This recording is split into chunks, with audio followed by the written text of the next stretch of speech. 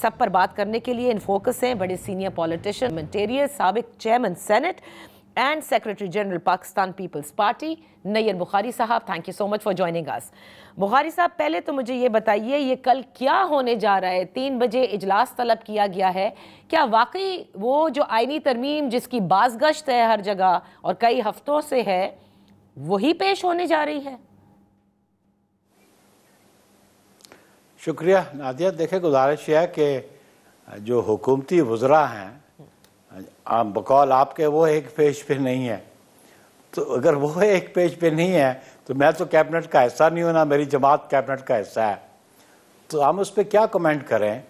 क्योंकि अभी अगर उन्होंने कोई रजिस्ट्रेशन करनी भी है तो वो फिर अपने सीने के साथ लगाई हुई है, या फिर वो शेयर करें मेरी क़यादत के साथ।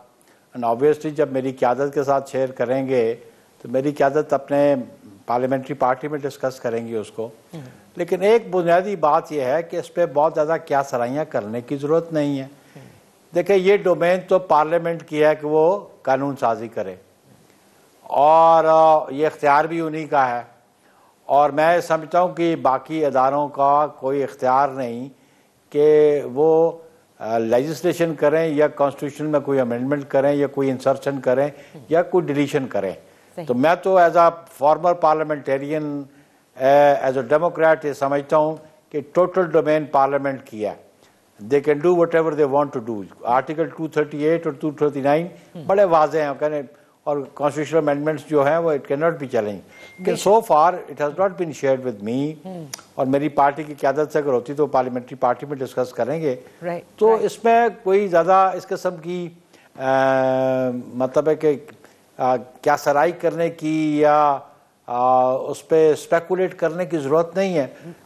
आज नहीं, कल अगर करेंगे तो 18 घंटे बाद सामने आ जाएगी। बिल्कुल आप दुरुस्त फरमा रहे हैं, ये रजिस्ट्रेशन आप दुरुस्त फरमा रहे हैं कि पार्लियामेंट का इस्तेहकाक है किसी किस्म की लेजिस्लेशन करना, लेकिन आईनी तरमीम जब पाकिस्तान पीपल्स पार्टी करती है तो सबको ऑन बोर्ड लेती है, और हमने देखा कि वो कैसे 18वीं तरमीम हुई, एक कंसेंसस बिल्डअप किया गया। आप बेशक काबीना का हिस्सा नहीं पाकिस्तान पीपल्स पार्टी, बट एक अहम इत्तेहादी जमात है, और गुज़िश्ता चंद रोज़ कबल आप जो इशाइये भी हुए, क्या उसमें भी किसी किस्म से ऑन बोर्ड लिया ही नहीं गया है? देखिए, बुनियादी बात यह है कि जो 18th अमेंडमेंट थी ना जी, वो तो सारा रीविजिट किया कॉन्स्टिट्यूशन को कि जो इंसर्शंस 8th अमेंडमेंट के साथ जाओ लग के ज़माने से शुरू हुई, और फिर वो बाद में जो होती रही, और फिर जनरल मुशर्रफ ने की, और जो जनरल मुशर्रफ ने वो इख्तियार इस्तेमाल किया जो सुप्रीम कोर्ट ऑफ पाकिस्तान ने दिया, जो पार्लियामेंट के पास इख्तियार था कि जनरल मुशर्रफ तुम आइन भी अमेंड कर सकते हो। ये हमारी तारीख है, और जिस पे बड़ा अफसोस होता है। और उसको क्लीन अप किया 18th अमेंडमेंट में। अभी ये जो बहुत ज़्यादा काफ़ी अर्से से स्पेकुलेट किया जा रहा है, कोई कह रहा है जी एक तो है वो उसकी नंबर ऑफ जजेस का जी, उस पर भी गवर्नमेंट का क्या पॉइंट ऑफ व्यू है।